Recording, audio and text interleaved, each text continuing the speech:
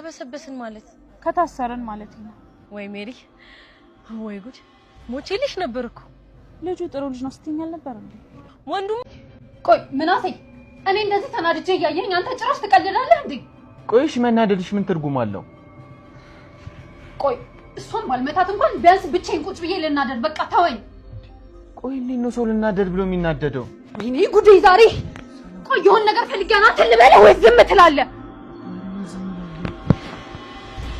ሰላም እቺ ዳፎር አመለጠች እቺ ሰይጣን በስተመጨረሻም እርግብና ጽዮን አንድ ላይ በመሆን ውሳኔያቸውን አክብረው ጽዮን እሺ ብላ እርግብ እጇን ለፖሊስ እንደምትሰጥ ተስማምተው ይለያያሉ ማለት ነው። ሰላም እንዴት ናችሁ? ውድና የተከበራችሁ የኖላዊት ዩቲዩብ ቻናል ቤተሰቦች ሰላማችሁ ብዝት ይበልልኝ። እንኳን ደህና መጣችሁ። ለዚህ ቻናል አዲስ ከሆናችሁ ሰብስክራይብ፣ ላይክ ማድረጋችሁን አትርሱ።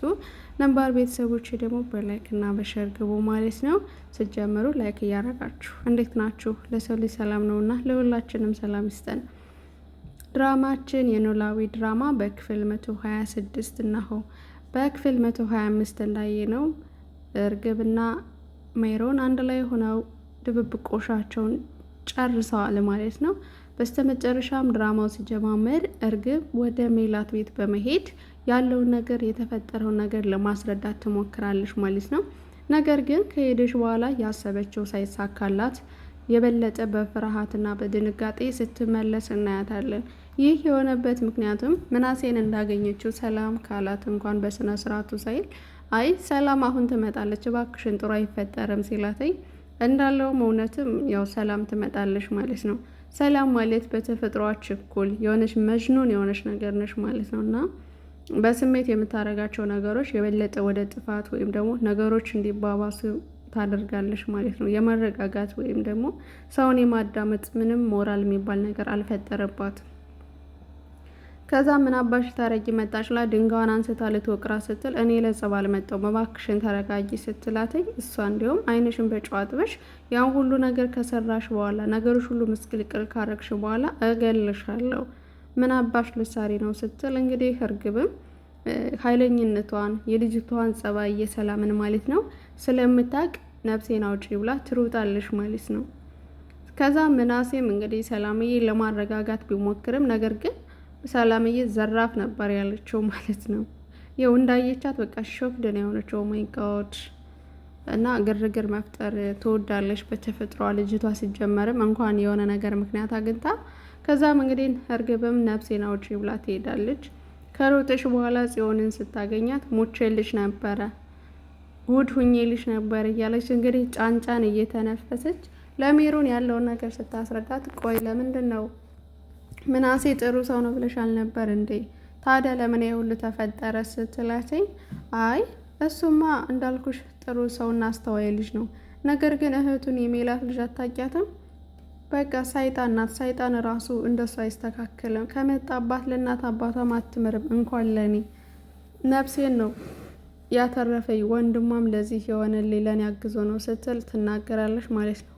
አይ እርግብ እኔ እኮ ሂጄ ቢሆን ጥሩ ነበረ ነገር ሁሉ ተበላሸ እዚህ ሁሉ እኔ ብሄር ጥሩ ነበር ስራት እኔ እኮ ያገዝኩሽ መስሎኝ ነው ምንም ቢሆን ምንም ከጎንሽ ሆኜ አንቺን ልረዳ ነው የምፈልገው አንቺ ምንም በሌለሽበት ቦታ ላይ ለምን እንደዚህ ሆናል ስትላት እርግብ እንግዲህ በአንድም በሌላ መንገድ ወድጄም ሳልፈቅድም ወደዚህ ጉዳይ አንድ ገብቼበታለሁ ከወረድንም አብረን ነው ዘብጥያ ምንወርደው ከዳንም ደግሞ አብረን እንድናለን ስትላት ቆይ ዘብጥያ ማለት ምን ማለት ነው ስትላት መታሰር ነው ትላታለች። አይ በፍጹም ይሄማ ሊሆን በድጋሚ አይቻልም አንቺ እኮ ምንም አላጠፋሽም እሺ በይኝና እኔን ራሴን እጄን እሰጣለሁ ስትላት ቆይ ለምን አንቺስ ምን አጠፋሽ አብረን ነው የምንሄደው እስር ቤት ማለት ቀላል አይደለም እኮ ትላታለች።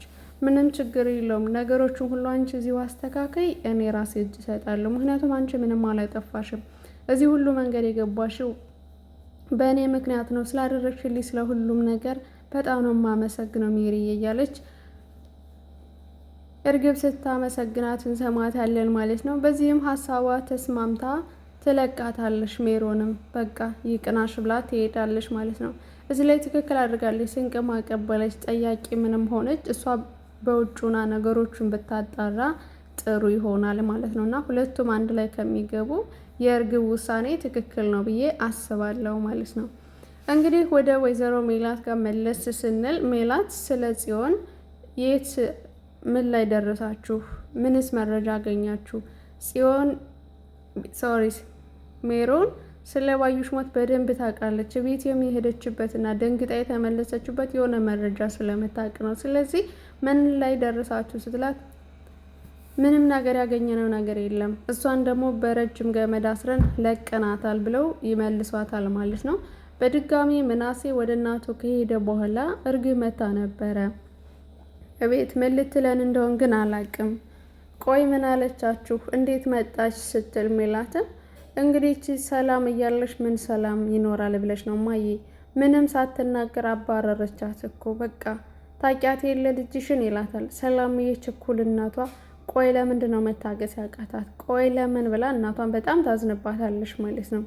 አዎ ማዬ፣ እሷ የሆነ ነገር ልትናገር መታ ነበር፣ ነገር ግን ምንም ሳትናገር አባረረቻት። ጭራሽ እኮ ድንጋይ ይዛ ነው ያስፈራራቻት ስል ለእናቱ ሲናገር እናቱም ይህንን እንደ መረጃ ቆጥራ ለፖሊሶች በድጋሚ መታሰት ነግራቸው እሱ አዲስ አበባ ከሆነች ለምንኛ እስካሁን አላዝናተው ነበር። እሱ የእናንተ ስራ ነው፣ እኔ የማውቀው ነገር የለም፣ መረጃውን ግን ልስጣችሁ ብዬ ነው። ስለዚህ በደንብ ትኩረት አድርጋችሁ እንደዋዛ ባታዩት ሁሉን ነገር መልካም ነው ስትል ወይዘሮ ሜላት ይሄ ስራ የኛ ነው ሲል ወንድኛው ፖሊስም እንግዲህ ያው ሲጎራበጥ እናየዋለን ማለት ነው። በነገራችን ላይ ፖሊሶቹ ራሱ እንጃ የሆነ የፖሊስ ረዛም የላቸውም፣ የሆነ ተግባር ላይም ዜሮ ናቸው። ምንም ነገር እስካሁን ያደረጉት ነገር የለም ማለት ነው።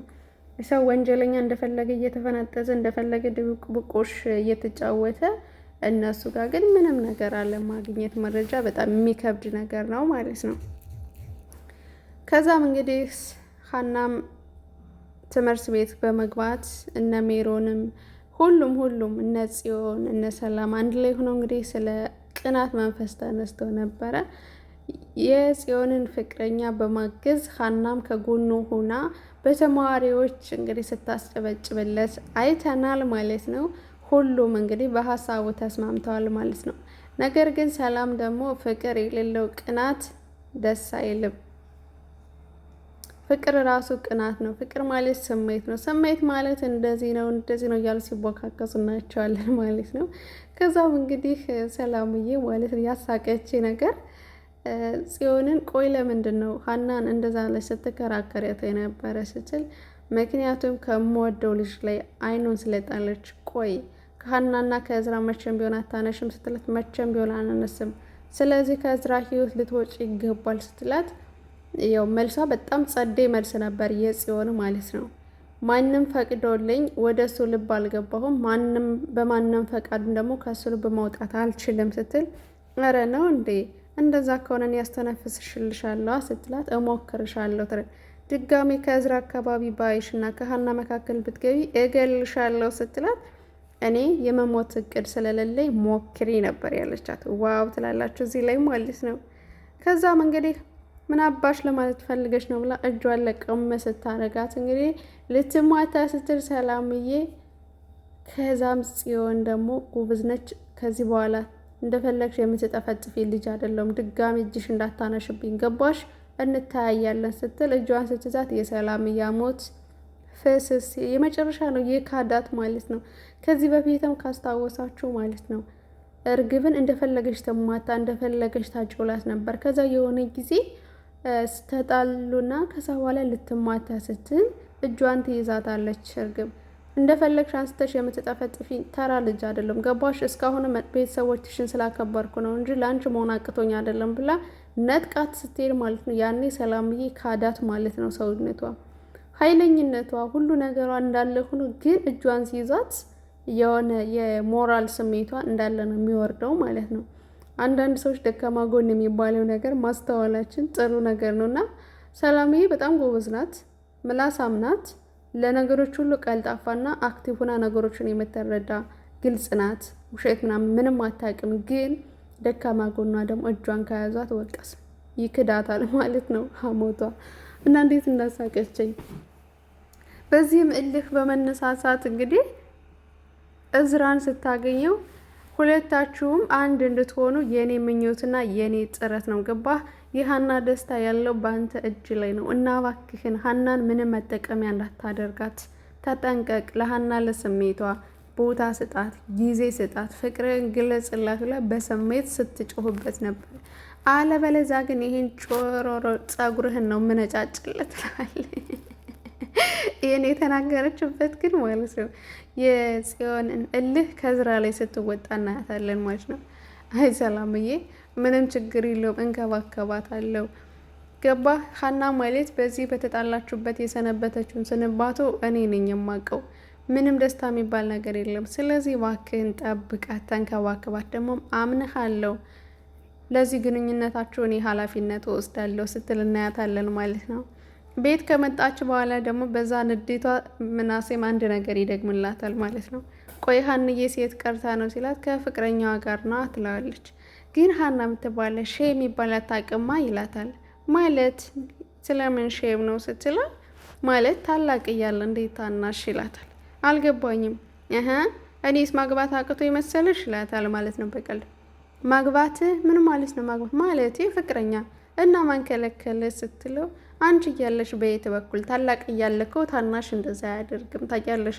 ስለዚህ መንገዱን ከፈታ አድርጊው ሲላት ትናድዳለች። እኔ እኮ ቁም ነገር የምታወራ መስሎኝ እንጂ ትለዋለች ማለት ነውና እዚህ ላይ የተናገረው ነገር ትክክል ነው። አሁን ላይ ግን እንደዛ የሚባል ነገር የለም። የቀደመ ቀደመ ነው። ታላቅ ቁሞ የቀረ እንደሆን ታናሽ እንግዲህ ይቅር እንዴ በዛው በሱ ሰበብ ዋይ እንደዛ የሚባል ነገር የለም።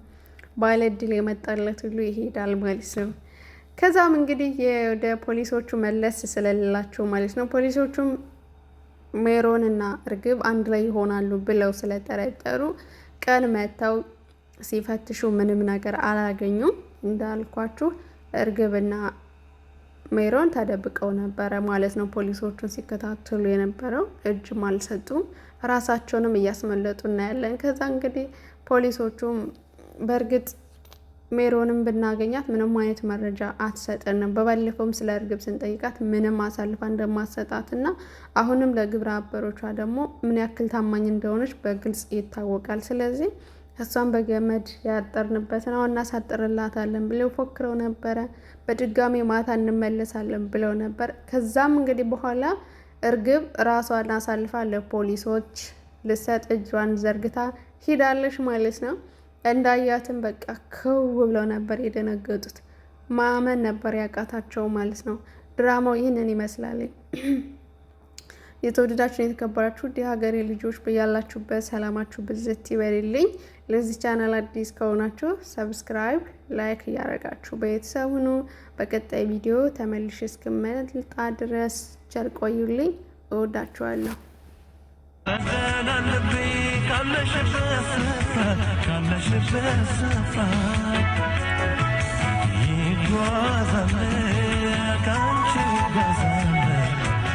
You can find me.